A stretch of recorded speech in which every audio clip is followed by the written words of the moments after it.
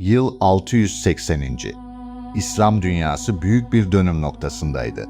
Muaviye'nin ölümünün ardından yerine oğlu Yezid geçmişti. Ancak birçok insan bu değişimi kabul etmiyordu. Özellikle Hazreti Muhammed'in torunu Hazreti Hüseyin, Yezid'e biat etmeyi reddediyordu.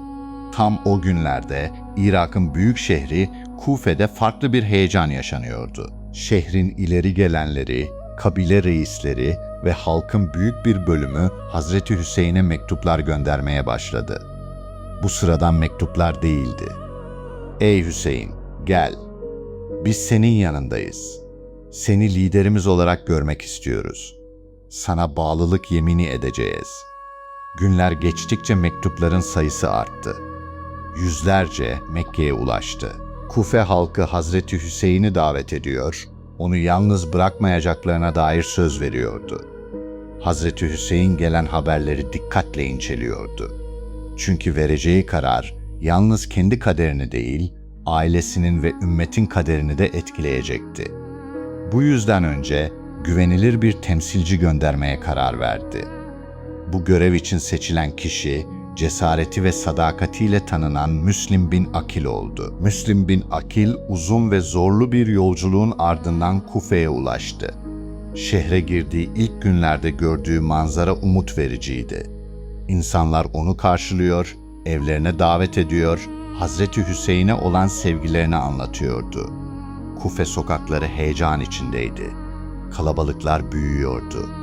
Müslim bin Akil'in etrafında toplanan insanların sayısı her geçen gün artıyordu. Şehirde büyük bir umut havası vardı. Müslim bin Akil gördüklerini Hazreti Hüseyin'e bildirdi. Gönderdiği mektupta Kufe halkının hazır olduğunu, destek sözü verdiğini ve gelmesi halinde yanında olacaklarını yazdı. Bu haber Mekke'ye ulaştığında Hazreti Hüseyin hazırlıklarını hızlandırdı. Ancak Kufe'de görünmeyen bir fırtına yaklaşmaktaydı. Yezid yönetimi Kufe'deki gelişmelerden haberdar olmuştu. Mekke'den gelen haberler Şam'a ulaştıkça saraydaki endişe büyüyordu. Kufe halkı Hazreti Hüseyin'i çağırıyor. Binlerce kişi Müslim bin Akil'e bağlılık sözü veriyordu. Şehirde her geçen gün yeni insanlar onun etrafında toplanıyordu. Bu gelişmeler Yezid için ciddi bir tehdit olarak görülüyordu. Çünkü Kufe sıradan bir şehir değildi. Büyük bir nüfusa sahipti. Askeri gücü vardı. Ve eğer Kufe tamamen Hazreti Hüseyin'in tarafına geçerse dengeler değişebilirdi. Bu nedenle Yezid beklemedi. Sertliği ve acımasızlığıyla tanınan Ubeydullah bin Ziyad Kufe'ye gönderdi. Ubeydullah şehre girerken yüzünü örtmüş, kendisini Hazreti Hüseyin sanan insanların arasından geçmişti. Bazı insanlar onu görünce sevinmişti. Bazıları gerçekten Hazreti Hüseyin'in geldiğini zannetmişti. Fakat gerçek kısa süre sonra ortaya çıktı. Şehre umut değil, korku gelmişti. Valilik sarayına yerleşir yerleşmez emirler vermeye başladı. Kabile reislerini tek tek çağırdı. Onlara açık tehditlerde bulundu. Kim Müslim bin Akil'in yanında durursa cezasını çeker. Kim Hazreti Hüseyin'e destek verirse malını ve hayatını kaybeder. Bu sözler kısa sürede bütün şehre yayıldı.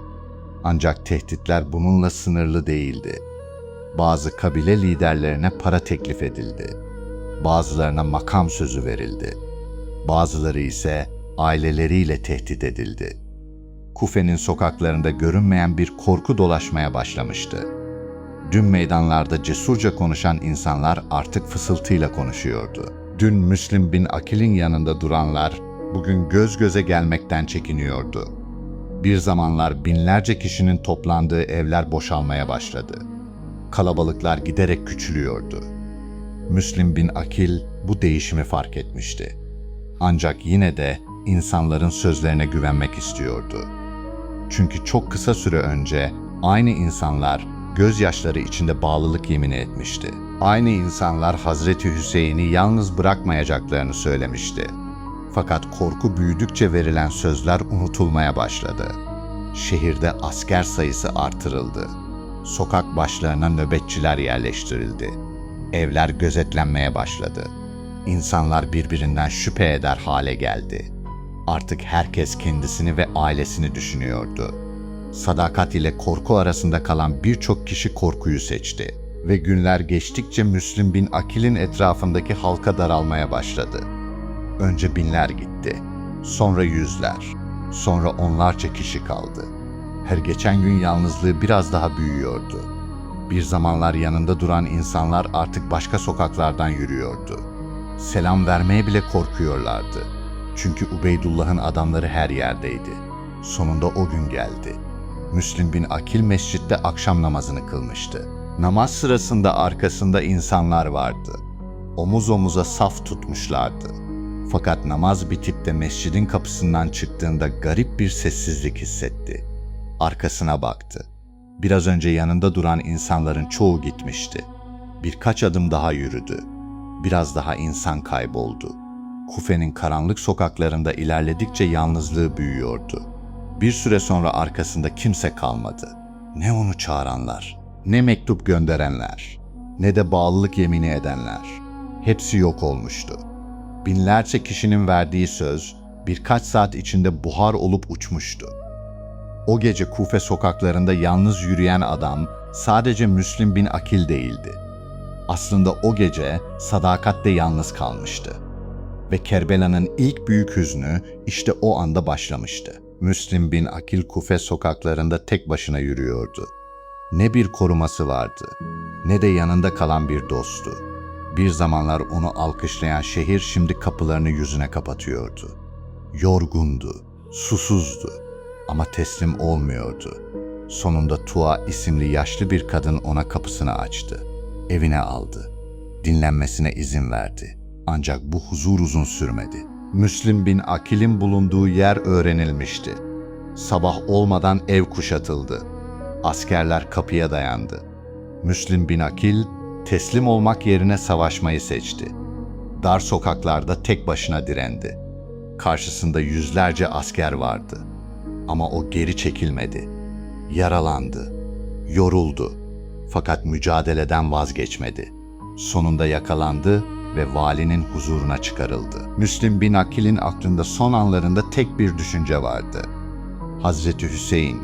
Çünkü Hazreti Hüseyin hala Kufe halkının çağrısına güvenerek yoldaydı. O ise artık gerçeği öğrenmişti. Kufe verdiği sözü tutmamıştı. Binlerce kişinin ettiği yeminler korkunun gölgesinde dağılmıştı. Sadakat, tehdidin karşısında yalnız kalmıştı. Müslim bin Akil'in yüreğini yaralayan şey kendi sonu değildi. Onu asıl üzen şey Hazreti Hüseyin'e ulaşamamak olmuştu. Keşke ona haber verebilseydi. Keşke Kufe'de yaşananları anlatabilseydi. Keşke bu yolculuğun artık eskisi gibi olmadığını söyleyebilseydi. Fakat zaman tükeniyordu ve kader adım adım yaklaşıyordu. Müslim bin Akil biliyordu ki Hazreti Hüseyin şu an çölleri aşarak Kufe'ye doğru ilerliyordu. Yanında ailesi vardı, çocuklar vardı, kadınlar vardı ve onlar hala Kufe'nin verdiği sözlere inanıyordu. Bu düşünce onun yüreğinde derin bir sızı bırakıyordu. Çünkü artık Kufe aynı Kufe değildi. Mektuplar yazan eller kaybolmuştu. Destek sözü veren diller susmuştu. Kapılar kapanmıştı. Meydanlar boşalmıştı.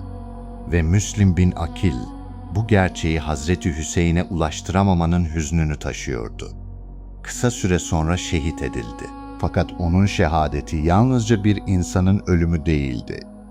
O gün aslında Kerbela'nın kapıları açılmıştı. Hazreti Hüseyin henüz Kerbela'ya ulaşmamıştı. Ama Kerbela'nın hüznü çoktan başlamıştı. Bir şehir sözünden dönmüş, bir elçi yalnız bırakılmış ve tarihin en büyük trajedilerinden biri sessizce yaklaşmaya başlamıştı.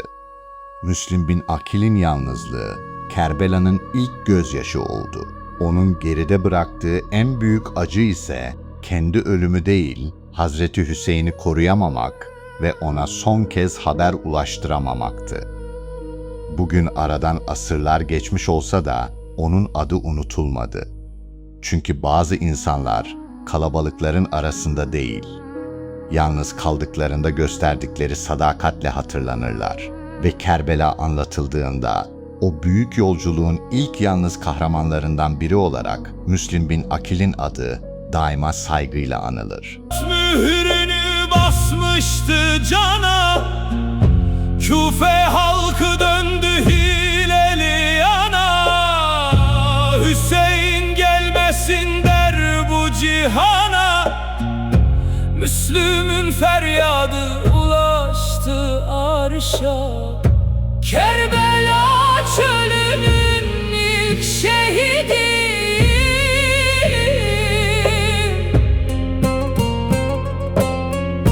gözü yaşlı kaldı yetimlerin.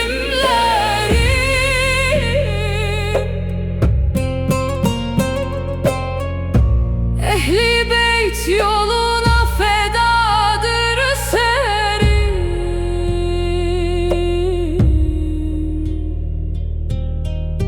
Müslüm bin Akil'dir rehberim benim.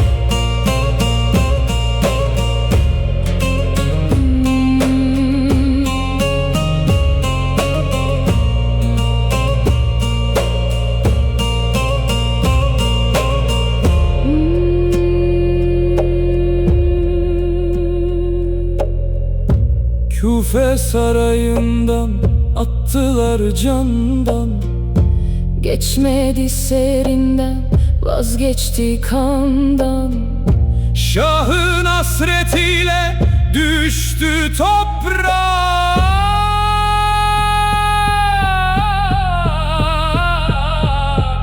sönmez canların yürek yarası.